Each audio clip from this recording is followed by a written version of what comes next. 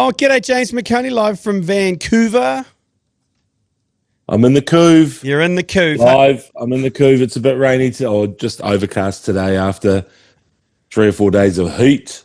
Oh, nice. Hey, have you heard about John Hopoate and how global he's gone with his finger? Yes. Was that thanks to what's his face from Jackass? Johnny Knoxville. Johnny Knoxville. Here, yes. this is what he said. World Cup is going on right now. If you guys were to play, what do you think you'd get a red card for? Maybe for doing the old John Hopoate. Yes, the John Hopoate. You know what that is? No. He was a rugby player from Australia, and he was eventually banned from the sport for constantly dudes in the game. Not in a pile of dudes. He would just run up behind them and give them the old 1-2. That's a red card. That's a red card. I got to meet him once, and I never get starstruck, but I was like, oh my God, it's Hopoate. Oh my God. I asked him, I'm like, why did you do that? Yeah, why'd you do that? And he said, I was trying to slow down the game. Have you met John Hopoate? I don't think I have. I know that you've been Hopoate, the famous one. Yeah. We've made it famous on the ACC. Yeah. But the one thing I think about the Hopoate is I remember when it happened, I was working at the Sunday Star Times, and there was our chief sub-editor, Michelle, said, because all the guys in the office were going, oh, that's so wrong. She goes, oh, get over it. I've had worse playing netball like this, and we're all like, what? No, but then it was funny. She was pretty much just going, "You guys, you're just obsessed." And it's like, okay, well, maybe we are. But so that's what I remember about the time of the Hopoate. But I also feel like there's a lot of French rugby players who'll be saying, "Oh no, monsieur, you did not invent this move. We have handed it down from generations to generations. We Hopoate all the time on Christmas Day. We have the Hopoate Christmas." It's so true. They are the masters of the dark arts. I enjoy that Hopoate leaned into it because I think he came to New Zealand once. I think he came to Radio Hodaki, and we've got a photo with him. And he said, "Oh, guys, we're gonna do the finger." And we're like, "Oh, you sure?" And he's like, "Yep." So we all just took a photo of us all holding our index finger up. So yeah, he leans into it. John Hopoate. He's got about 1,000 kids, of which half of them play in the NRL at the moment.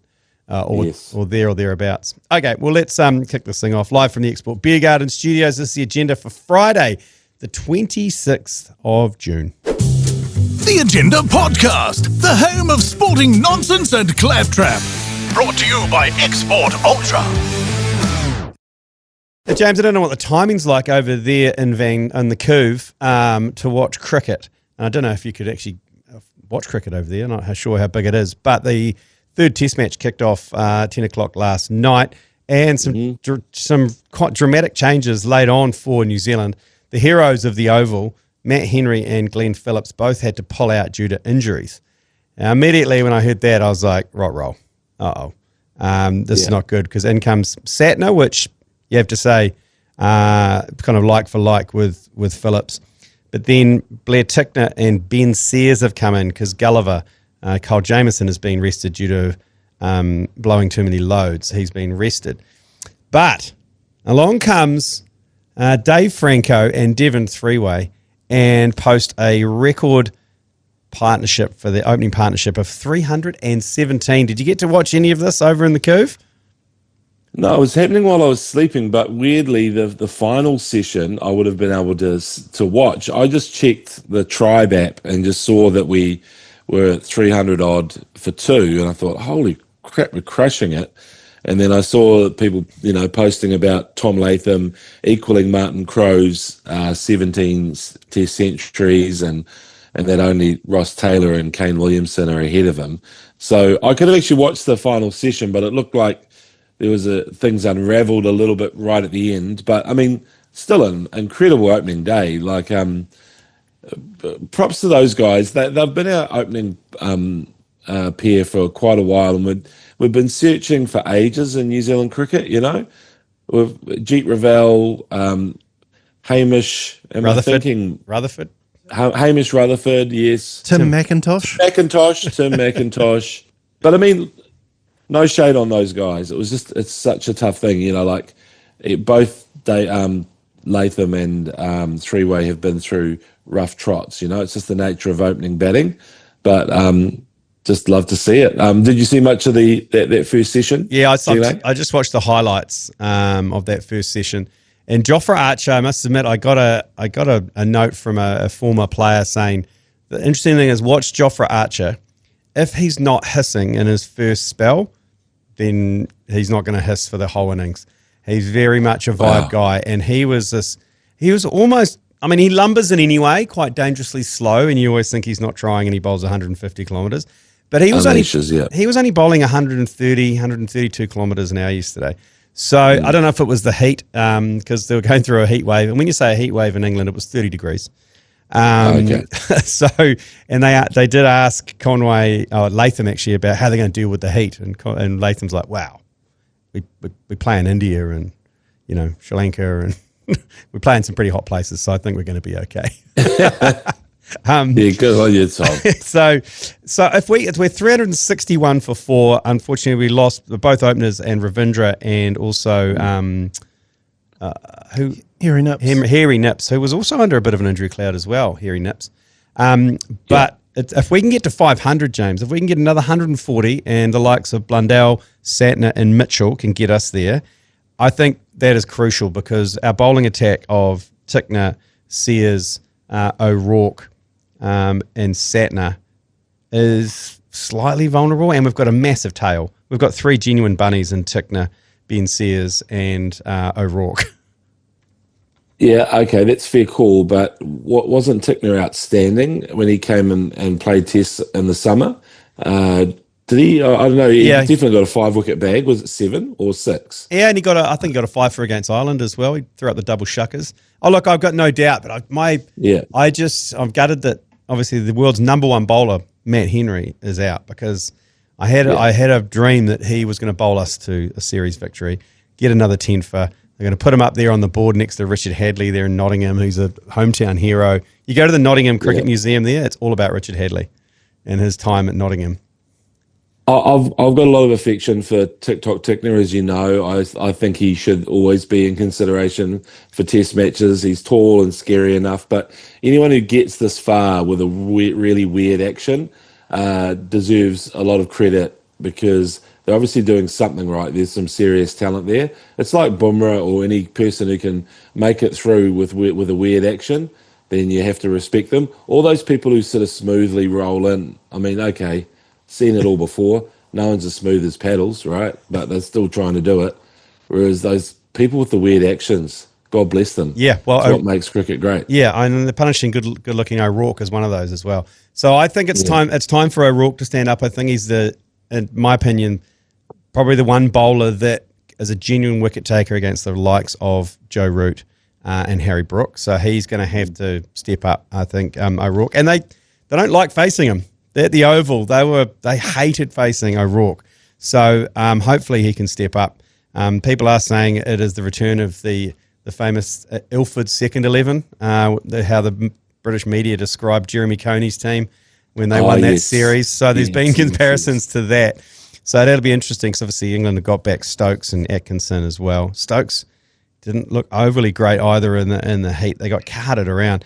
Conway hit 22 4s and 3 6s in his 157. Right. Great knock. Well, one thing about opening batting, it's the toughest job in cricket, and I always feel when everyone's going through everybody's averages, and it just becomes this massive cricket dick measuring contest. And I feel like the opening batters need a little bit more of a boost there. You know, it needs to have an asterisk going. They're openers, you know, because that deserves more. It's the hardest job. It's the toughest gig, and anyone who can average over 40 as an opener is doing something incredibly right. I mean, I have to admit, even Mark Richardson did something incredibly right when he opened.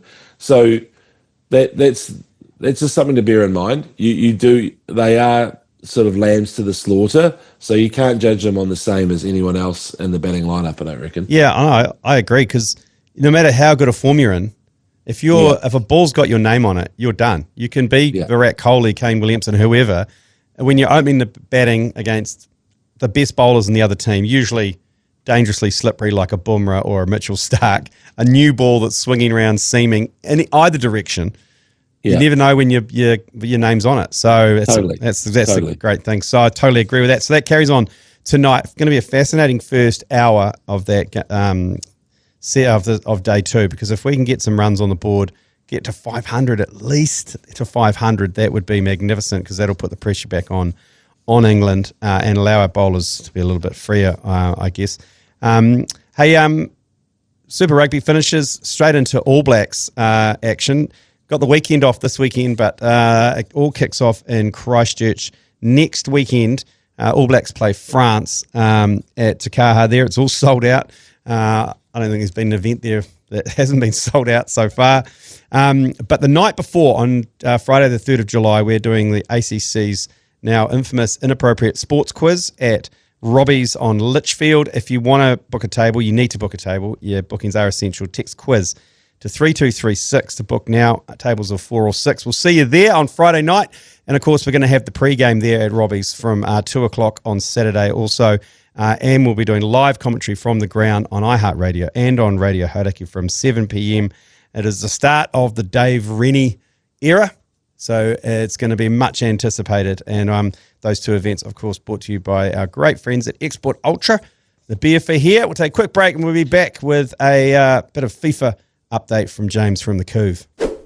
Okay, James, before we get into the All Whites preview playing Belgium to Moz, have you seen the news around the Qatari Football Association paying people to go and support their team? Yes, I saw that. Quite a good package deal, really, because the tickets are so expensive. So free tickets, a Qatari supporters pack, you get your flag, your sunglasses with the flag on them as well, the jersey, quite a nice maroon as well, isn't it? The maroon and white jersey, maroon and white. You'll take it. But it was kind of surprising because I thought, are they going to try and get some expats, who are in America? But no, they're just random Americans. They started off according to the sources, they started off by saying if you've got any links to the Middle East, you can apply and you get tickets. And they just thought they were getting tickets. That sounds like a trap. I know. Got any links to the Middle East? The FBI. I'm sure it wasn't ICE just going to lure them in. But they thought they were just going to get tickets. And then they turned up to a hotel beforehand and they got a fan box. And in the fan box, like you were saying, James, was the scarf and the shirt and the glasses. Yeah. And then they had a 1-hour session on how to support the team, like chants or potentially maybe learn to hum the anthem or what they should do. Played Qatar and all the great Qatar heroes. But apparently they flew out 1,000 from Qatar as well, all expenses paid. Yeah, well, there's some good money to be made in Qatar, even for journalists. So I'm not going to say anything here, G Lane, that'll ruin my career development or projections, because it's not. I saw that there's a couple of Saudi ex-Saudi people who are lined up in that, but then to get them all in that sort of block area, teaching them to chant, it's good stuff. Yeah, it's good stuff. Yeah, the only thing I was thinking is that kind of what like the ACC does by giving away steady the ship hats? Is that what we're pretty much? It's a fan box. Qatar of New Zealand. We're forced you to be part of our gang. But the accusations followed on from the Qatari World Cup, where apparently they paid fans to fill the stadiums for the games that didn't carry on, and they denied it. But I can categorically say, when I was working at the FIFA Club World Cup in Abu Dhabi, we 100% paid Indian and Bangladeshi labourers to fill a stadium, because it was a game where no one really wanted to go. No local wanted to buy tickets. So it was decided to contact the local labour camp, which they have there, which is probably the grimmest thing you can ever imagine, and bust in 20 or 30 buses of labourers to the stadium. And we bust them in, and under duress, I was like, this is terrible. Just have an empty stadium. But FIFA and the local government were like, we cannot have an empty stadium go out on worldwide TV. So we bust them in, and these poor labourers, and they're the poorest of the poor, they all live in these labour camps, had not a Scooby what was going on. They did not know what football was. They didn't know what a goal was. They didn't know when to cheer. So it provided a very strange atmosphere. And they absolutely destroyed the toilets of the entire stadium. So much so for the next game we had to install a whole temporary toilets outside. Then it got worse. The end of the game, they were so keen to get home and get back to their rooms or whatever that some of them started leaving 10 minutes before the end of the game. And it was like a flood. Once 10 left, 20 left, and then a whole section left. And then we had a full-scale stampede on our hands where basically 10 to 15,000 labourers were running out of the stadium with 10 minutes to go in the game. So the stadium just went and just emptied, and there was a stampede to the buses. It was the weirdest scenario I've ever been involved in sport, and everyone thought that was normal. And I was like, this is not normal. This is not normal. So they've got form. Yeah, that's quite a sad story, G Lane. So let's talk about the World Cup. Well, they've got form, and they've got form in filling in stadiums. Yes, I know. And during the stampede, I had to return all the lost jandals and sandals that I'd left behind in the run to the bus. That was all right. Yeah, there you go. The toilets were an absolute. Anyway, tomorrow we got Belgium. Yeah, I didn't come on here to hear G Lane's stories of his Middle East. We were lucky to skip past his Hopoate story, which I've heard, I guess, 12 to 15 times. Joe has heard it more. I'm happy to tell it again. Yeah, no, we're not. We're not going there this time. But anyway, look, it's such a tough mountain to climb beating Belgium. The All Whites are going to play them to Moz. Yeah. And look, the Belgian team... Lukaku, De Bruyne, Doku, there's Trossard. If you don't know those names, then you're probably not a football fan, but just let's say they're probably four of the biggest stars in recent times in football. De Bruyne, the best player in the Premier League for quite a few years.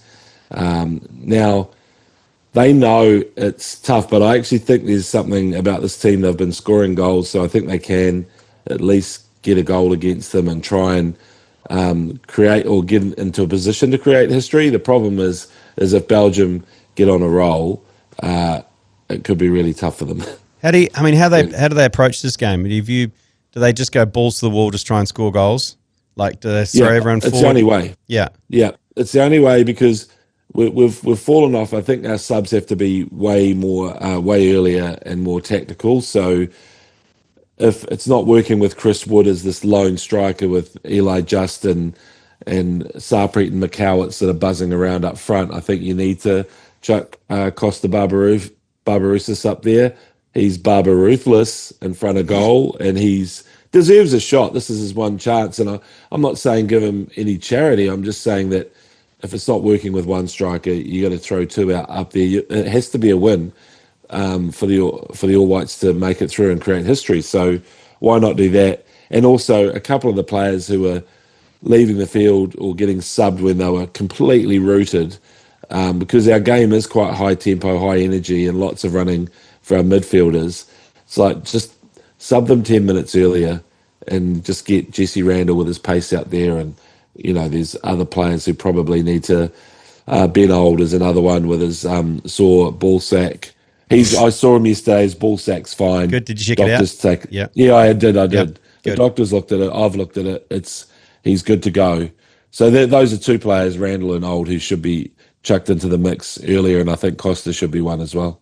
Do Belgium have to win this, or can they draw it and still qualify, going through with 3 draws? Or is it a must-win for them as well? Because I don't know. I think 3 points might be enough for some teams because South Korea's got 3 points just from the one win, so they might. I don't know if there's anything favouring a win, but obviously with three draws, your goal difference isn't too bad. Yeah. It's negative. There's that weird situation where I think Algeria and who do they have to play? Algeria and they can play out a nil draw and carry on and get a way better matchup in the last 32. Yeah, right. So it's in their interest to draw 0-0. Basically, I'll just try and confirm this team that they're playing. Where are my Algerians? Austria. Oh, okay. Austria and Algeria. So they it's better for them for neither of those teams to win. Yeah. Okay. Well, but the All Whites have to win, don't they? They've got to win. They've only got one draw. Yeah, the All Whites have to win. Yeah. Excuse me. You have to probably cut out these coughs. I'm not. What sounded like? It sounded like a sneeze. But yeah, the All Whites have to win. But it's actually the way that they've been playing. That I've never seen a New Zealand team play this way with holding on to possession. But there is a long ball, but a lot more shorter passes and little triangles and stuff. It's actually kind of cool because we've never had a team that's really committed to playing in that way and holding on to the ball more and just, sort of clever runs in behind the defence. And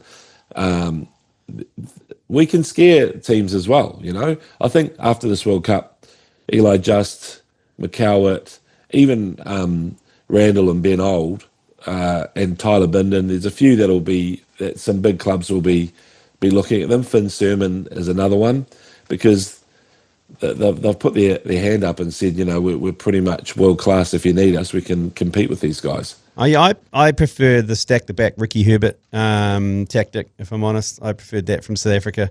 Park the bus, kick it up the field, hope for a goal. I preferred that one. I don't mind parking the bus if we score a goal. Yeah, okay. Okay, so if we score a goal, we didn't park the bus against Egypt, and we didn't park the bus against Iran, and we probably should have. And it's definitely Iran because we went 2-1 up, and that's a good time to park the bus. Yeah, it really is. Hey, so it's late in the game. What's the vibe like in Couves after Canada lost yesterday? Have you been out and about? They were miffed. They were kind of watching it, expecting to beat Switzerland, but I mean, I don't know if they ever have beaten Switzerland. Not that the Swiss are a superpower, but it was kind of weird because Switzerland was playing in red. It was very confusing watching the screen. Do you know what I mean? And all the Canadian fans were in red, and at one point Switzerland scored, and I was like, "Yeah, Canada!" And it was like, I see. Everyone's silent. I see that Norway played in black the other day. That was off-putting as well because I was watching that thinking I was watching New Zealand team. Yeah. Canada are pissed off because by losing that game, they lose the home advantage through the knockout rounds. So they're off to LA to play South Africa. It's actually worked out for them because their next game is against South Africa.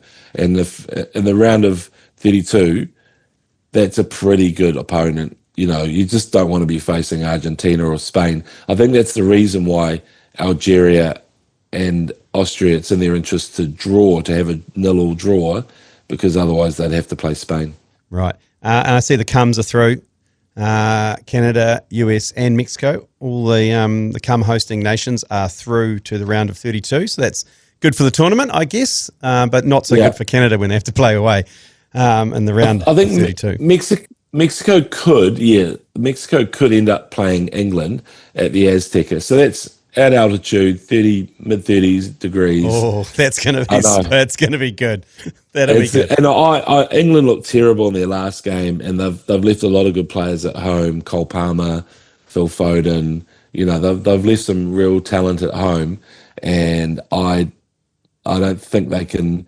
If they play like they did yesterday, they're not going far, and Mexico will take them down, I reckon. And have you seen the stadium up in Mexico with the mountain behind it? That is next level, that stadium. You mean with the mountain behind it? Yeah. I was watching it yesterday, and I was like, has someone put a fake screen up or something? And it's this ginormous mountain covered in rainforest in behind what looks as an amazing stadium. It's like a kind of a silver enclosed stadium. It's the Monterrey Stadium. The Monterrey Stadium. It is next level, man. It looks like spectacular. AI. It is spectacular. Looks a lot like AI, actually. Yeah, I told you. I thought it was fake, and then they showed a drone shot, and I was like, holy! And then I didn't believe it. Then I thought it was still fake, and I went on to Google Earth, and there it was. This ginormous mountain, literally right behind what is probably one of the most modern stadiums you'll ever see. If the Mexicans can build a mean-ass stadium, why can't we? I don't understand. Can we? I mean, Mexico, it's about time they actually played or were a scary team. They're a football-mad nation, population 130-something million. It's like, come on, Mexico. Yeah. You've got to actually be one of those teams that everybody goes, oh no, we've got to play Mexico. Whereas they've kind of bumbled along for years. They've hosted. This is their third time hosting the tournament. It's like, yeah, okay. Now is to prove that you're a genuine force in football, because let's be honest, Holland have been amazing, and they're a population 11? What's Holland's population? Maybe a bit more than that. 18 million. That's right, 18 million. And so, come on, Mexico. And then I think Egypt, it was us 5 million versus 120 million the other day. Go back to rugby. And one referee. Oh, yeah, the referee. Don't forget And that referee was a shocker. And I spoke to Sarpreet Singh and said, that's the softest yellow card you'll ever get in your career. And he goes, yeah. I don't really want to talk about the ref because I think I'll get into a lot of trouble. And then he goes, so let's just not talk about the ref. Poor guy. It was just, it is what it is what he said, because that's just, what do you do when someone's kind of lost the plot? You just have to go shrug your shoulders, really. The referees are so, first of all, most of them are dangerously jacked, and they've also got so much equipment on them. They look like police officers going out with mace on their, they've got stuff on their arms, they've got a camera on their head, they've got an earpiece, they've got foam spray for the thing, they've got a wristband that's got all sorts of shit on it. They've got a ginormous, they're like just a whole walking piece of tech. Did you see the ref he sounded like a DJ at a club, at a nightclub, and so someone's turned it into sort of like this sort of techno song where he goes, yellow card. Can I find it? I can play it down. This will be terrible audio, but it's worth it. It's worth it. I promise you. South Africa getting through, though. How about that? Yeah, I saw that yesterday. How happy were they? And their coach is hilarious, the Dutch coach. Can you talk me through who's the fan? Is it the Congolese fan who remains motionless in the stands? Have you seen that, Rooster? He looks a little bit like an African Hitler because he's got the little moustache. The Turkish guy? No. He's I think he's from Congo. His name's Lombardo, and he remains still for the entire 90 minutes. And he stands up on the podium. Don't know. He's the African Hitler. That's what we were calling him anyway. Have a listen to this. There we go.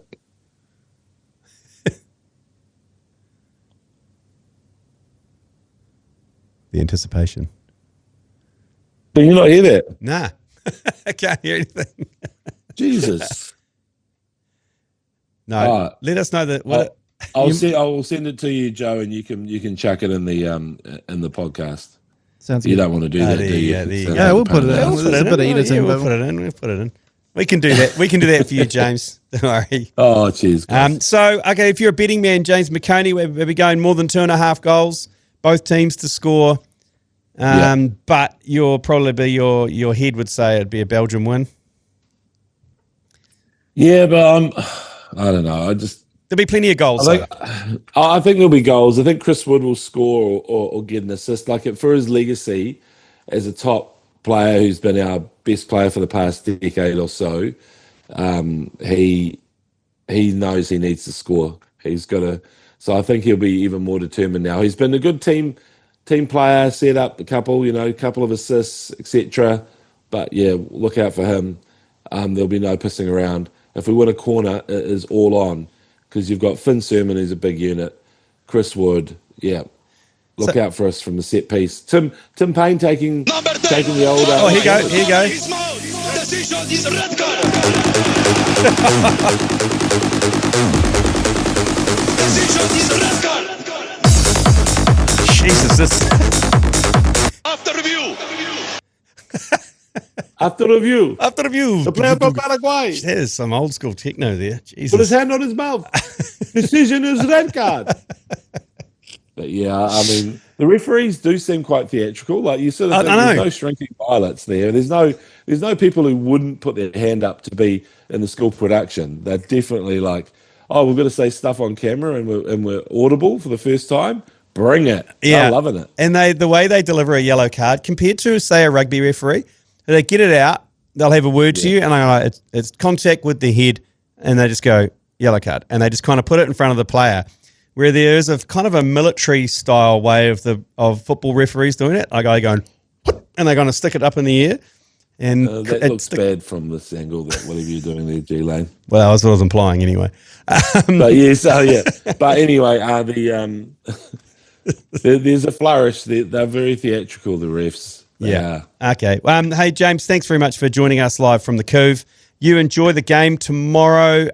It's 3 o'clock our time tomorrow. All Whites versus Belgium. It's going to be a cracker. What a great Saturday afternoon, because that's straight into the Waz tomorrow. So a great afternoon. And before that, James McOnie, it's finals time for club rugby. So I'm going to be down there at North Shore playing the quarterfinals down there at North Shore. And I think other club rugby is starting to reach the final stages as well. So it's going to be a hell of an afternoon.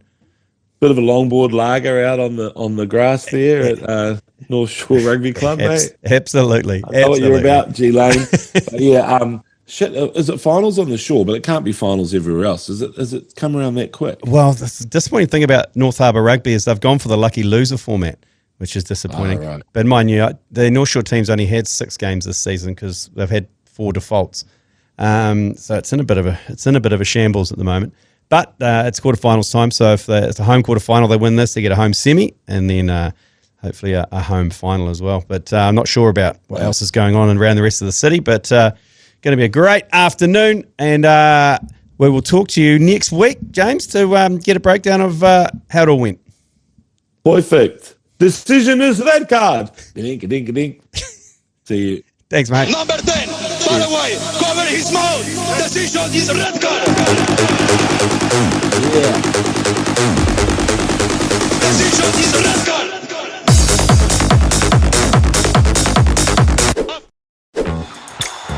Yours, please. Brought to you by Export Ultra. Radio, time for the show where you actually provide all the content. Be good to bookend the week. Started off Monday with a good half an hour of not great Yours Pleases, but Yours Pleases all the same. I thought they were great. Yeah, you would have. But let's hopefully we've got a good big bookend on this week's nice positive Yours Pleases that we can get stuck into. If you haven't sent us one, go on, pop your cherry, press the microphone button on your iHeartRadio app there at the bottom left corner, I believe it is. And you can record away, come straight to us, and we play them out. I don't pre-listen to them anyway, so they're all new to me. If you listen on Apple or Spotify or wherever else, you can send us a direct message and just send us an audio file if you want. Welcome all comers. First one, yours please. G'day, Sam in Perth here. G Lane, you said you went to Subble when you were younger. Yes. I was doing my best Jeremy Wells impersonation going to St Kentigans for intermediate, the little one there. In our first 15 from memory, we used to do an exchange with Subble, and I'll never forget travelling down there. That's right, I can discovered that I was not a man. I don't know what the hell you were feeding those Subtle boys, but they were huge, and we got our asses handed to us, I think something like 80-0. Do you remember doing those exchanges? I do actually. I do remember those exchanges, Sam from Perth. Yeah, we played, I think we played St Kent's Prep, we played King's Prep. I can't remember losing many games. I don't know what year you played. That'd be interesting to know. But there was a particular individual in my year. His name was David Gray, not the murderer or the singer.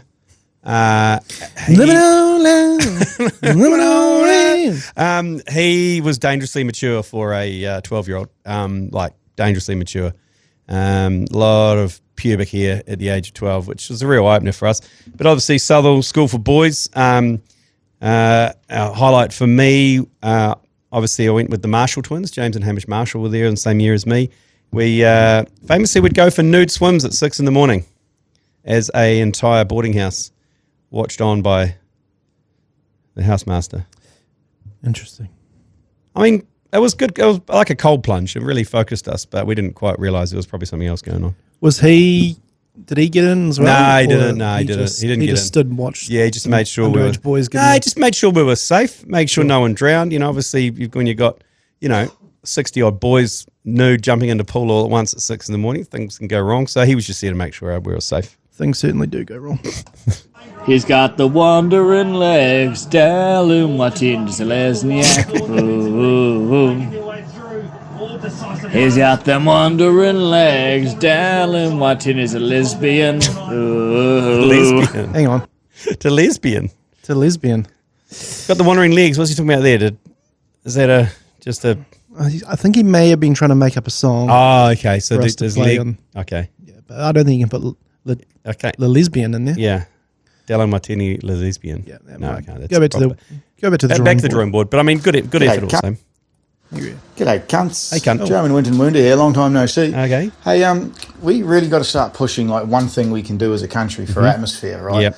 And like, didn't Ruby Tui already do it? And why haven't we hooked onto it with Tu Tera Mai Nā Iwi? I was singing that with a couple of guys at a Duff Duff Club 3 o'clock in the morning for the All Whites Iran game. The English are only singing one song. The Scots are only singing about John McGinn. The Dutch are only jumping from side to side. Yeah. We just need one thing. Can we like create a national movement for this? We need something. Yeah. Look, that and drink yourself more bliss is probably. Bliss has got to be it. Bliss has got to be it because everyone can just go, yeah, yeah, yeah, yeah, yeah. Forget about the last one. Get yourself another. I mean, that can apply to a try, a goal. You know, it's nothing to apply to beer, but in a sporting realm, get yourself another. I think Bliss is probably up there. Tu Te Mai Nā Iwi would be great as well. But yeah, I agree. I mean, the chance we've got are lame. Like Warriors fans, even it's just Warriors, Which is just defense. Defense. All Blacks. All Blacks. I mean, we as fans, we fucking suck. Apart from the Auckland FC guys, the Port, even the Phoenix guys, they've got proper chance going on. It probably needs to come from football. Football can teach us a lot of things around just chanting and singing and just even the content coming out of the States with all the Scots fans and the Norwegian rowers and all that kind of carry on. It's great stuff, and it hopefully inspires us to do more than All Blacks. Defense. Warriors. Yeah. Shameful. Yeah. No, Bliss has to be it. Just met Giuseppe, and he is everything you want him to be. He's cute, he's fuckable, he's got great yarns, and he loves the wars. Yeah, good. Oh, that's good. That's good. Joseph Jury, he was out in the wild in Christchurch in the weekend at the Warriors game. There's a lot of Giuseppe fans out there who are just dying to get their hands on you, Joe. It was nice of Willie Mason to send that message in. Must have been after he talked to Manaia. And I did like the fact that if you haven't been on the Caravan, which is our Facebook Caravan group, which you can get onto, I love how the photo of you and Manaia on TV, and then someone's got the back of a Dell computer screen and just put it up to your nose, because that's all I could see. Yeah. Anyone in the studio, that's all we can see is Wilson with his Dell, 3 Dell screens in front of him. The comment was, you might recognise Manaia in this picture, but Joe's also in it as well. We've edited it to make sure you know who he is. It was just a big screen there. That's good stuff. There's heaps of Joe Jury fans out there, so keep them coming. He's going to be live and in the flesh back in Christchurch next weekend for the All Blacks on Friday night at Robbie's, and on Saturday afternoon at Robbie's. We're going to do some flat drops as well while we're in Christchurch as well. We're going to have another pallet of Export Ultra to stick on the back of the truck. So look out for that. Rumours of a podcast as well. Oh, at yes. some point On Friday? Friday or the Saturday. Oh, on the Friday, potentially with some All Blacks as well. I hear that if they don't pull the pin when they find out actually who they're talking to. Can we not do the flat drops at 3 p.m. on a Friday like we did last time? Yeah, okay, that was problematic, wasn't it? Well, more problematic was the Saturday morning, wasn't it? Because everyone was asleep. It was the traffic on the Friday was the issue. Oh, yeah, that was the issue, yeah. Maybe we'll do it on the Saturday. Probably the good idea, because I'll definitely be home. That's probably a good idea. I think if you want a flat drop, you have to be home. You do. We're not leaving beers on a step like last time. No. Next one. G Lane, you've suffered enough for 1 week. Thanks, mate. While you did take your reckless curse to the Champions Trophy final and basically caused the Black Caps to lose almost single-handedly, you are the best of us. You do love your sport. Oh, thanks, mate. You've created the ACC, which brings a huge amount of joy to our lives and makes our meaningless days that much more bearable. So for that, all we can say is thank you. Oh, that's... Fuck you, South Canterbury. Yep. You get the fuck South Canterbury. That's good.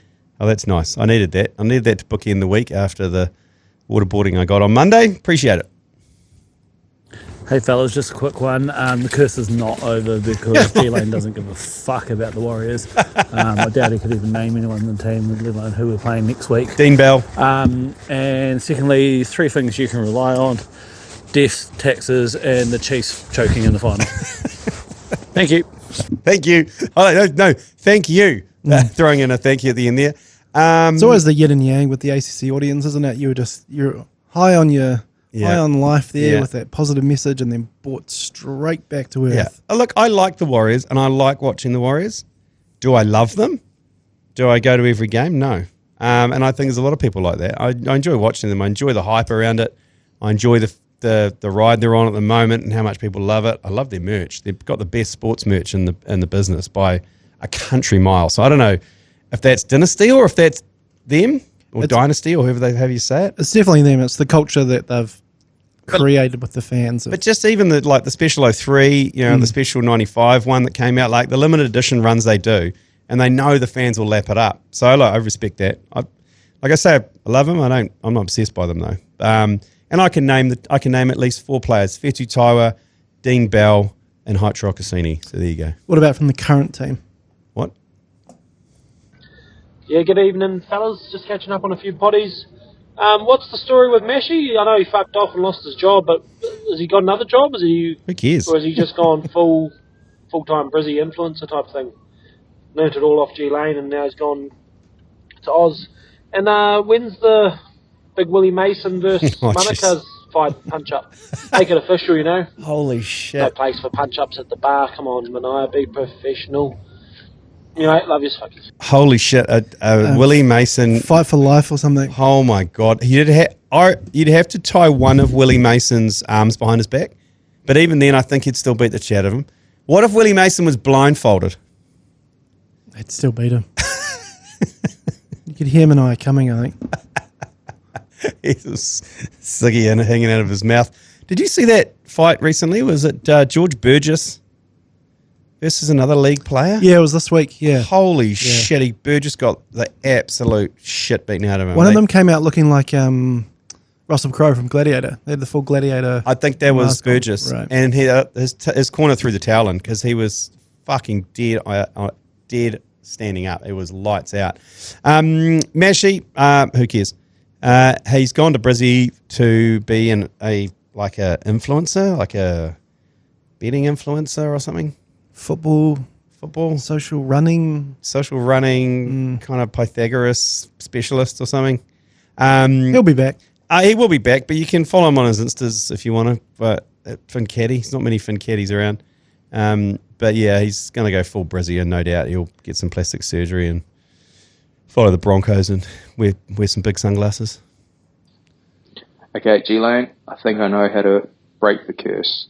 Right now, I don't think the curse extends out to wider sports. I think it lies at the heart of the Chiefs. Yep. So what you need to do to break that curse is to support another team. Just wholeheartedly go into like Blues Mana, do a full Matt Heath, and then if they do make it to the final and don't choke and absolutely crumble at the knees, they might get that title. But the key is you have to support the Blues. I can't do that. That's kind of... That goes against everything to do with being a sports fan. I can't do that. It's like asking a Arsenal fan to go and support West Ham or another London team. You can't do that. For the sake of the Chiefs, though, would you do it? If they came to you, if Super Rugby Pacific came and said, hey, we all know this is made up anyway, would you take supporting the Blues for an entire year? Yeah, I couldn't do that, though. You had to go to every game. You had to go to the box with Heath every time. No. And then the Chiefs are guaranteed to win.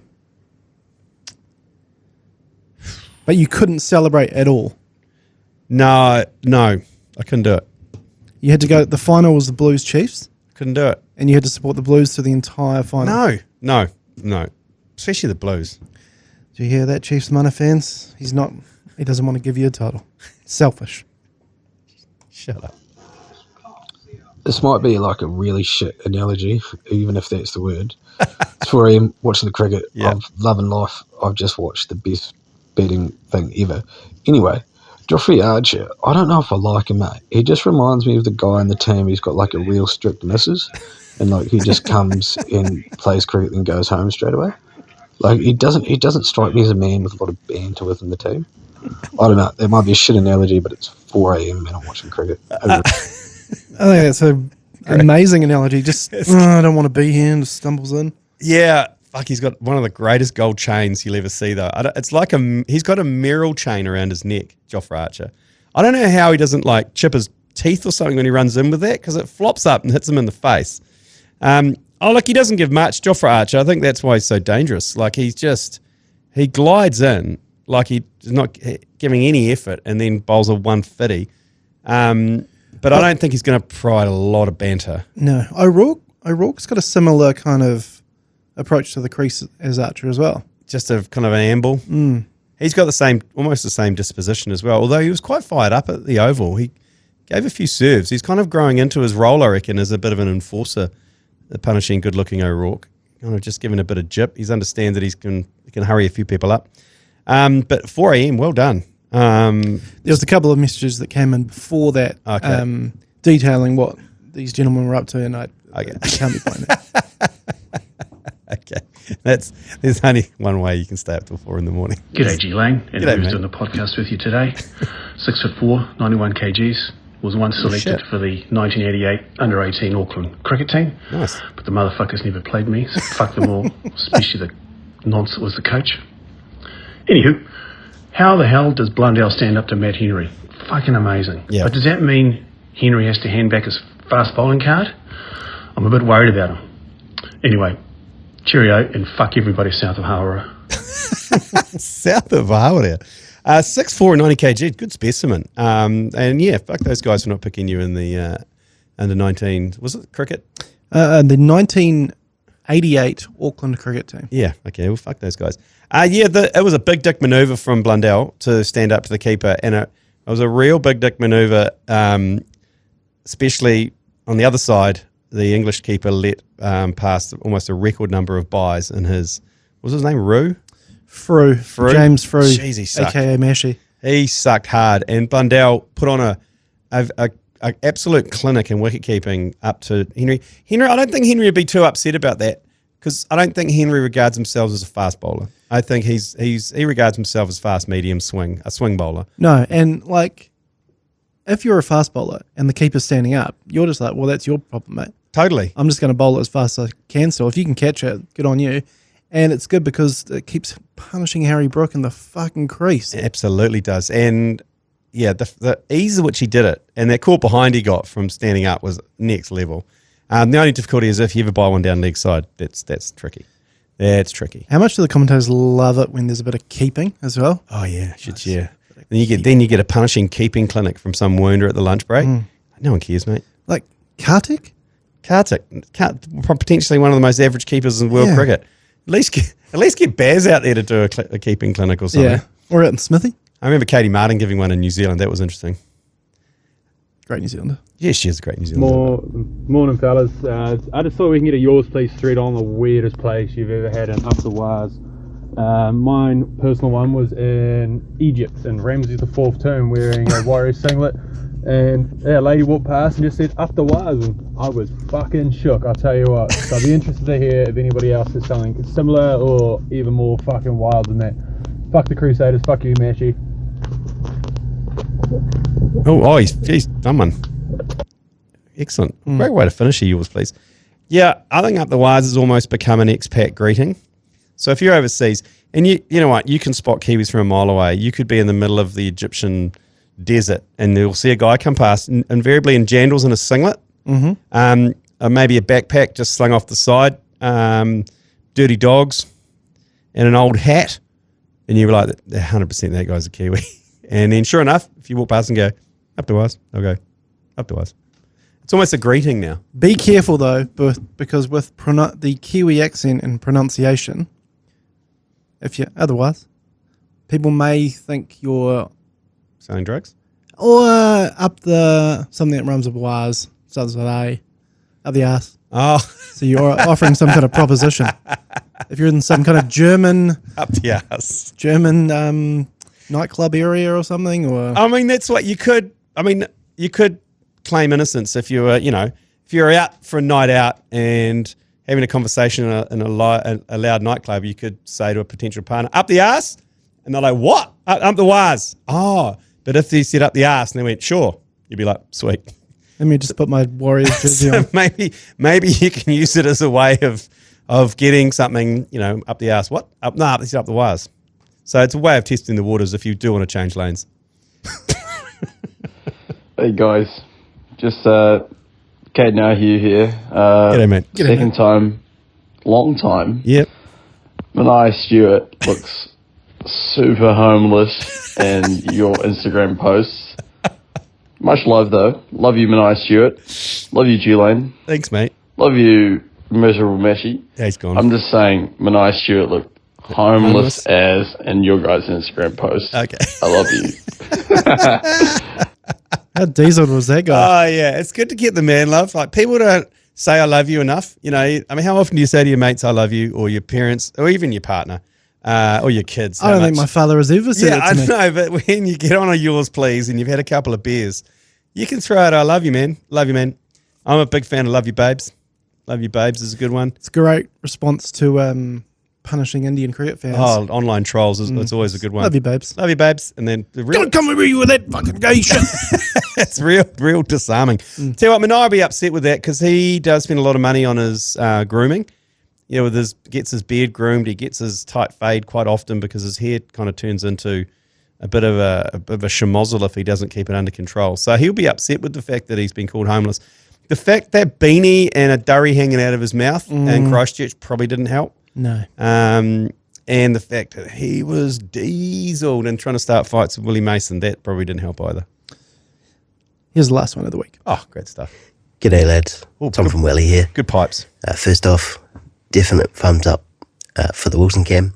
Give the people what they want. We want the Wilson cam. Secondly, don't know if you've come across this, but Dwayne The Rock Johnson's now selling tequila with mana. So shit. The Chiefs may have to send a cease and desist for the overuse of that word. Love your thoughts, and all the best for tonight. Enjoy. Cheers. Tequila mana.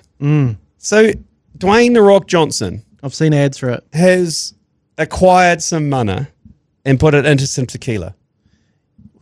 Where's he getting the mana from? Where is he getting? That's what I want to know. Where has he acquired that mana from to put into that tequila? Dwayne The Rock Johnson. Terra Mana is the name of the tequila. Okay. Handcrafted in Yaliso Highlands of Mexico. I don't know why it's got mana in the name. You all know why. He's trying to hit that New Zealand market. Yeah, mana. Lucrative New Zealand market of tequila. Absolutely. Mana means money, man. Dwayne The Rock Johnson, how dare you steal some mana and stick it into some tequila? Just went to the next story down. Dwayne The Rock Johnson's Terra Mana tequila accused of misleading consumers in class action lawsuit. Okay, there we go. So someone's after him. Thanks, Tom from Welly. And yeah, you have the Wilson cam. Joe Jury is on camera now. You can watch this YouTube on YouTube or on iHeart in full video if you want to punish yourself on Apple with our faces, and on Apple, potentially Spotify soon. Yeah, that's right. So if you don't just want us in your ear holes and you want us in your eye holes and ear holes, you can do that as well. And don't forget, you can subscribe to our weekly Insider newsletter as well, which is basically a rant about the sporting week. Text Insider to 3236 and sign up for that. We've got some pretty exciting news kicking off next week with regards to this year's Export Ultra Beer Garden Tour. We'll be giving away a trip for two somewhere around the world on the Beer Garden Tour. You can probably guess by the fact they're giving it away on Radio Hodaki at the moment. But we're going to the grand final, Joe. No matter who's there, we're going. If the Warriors are there, it's going to be one hell of a stressful time. Hell yeah, but imagine it though. Imagine you could be there to witness the curse. Oh, don't say that.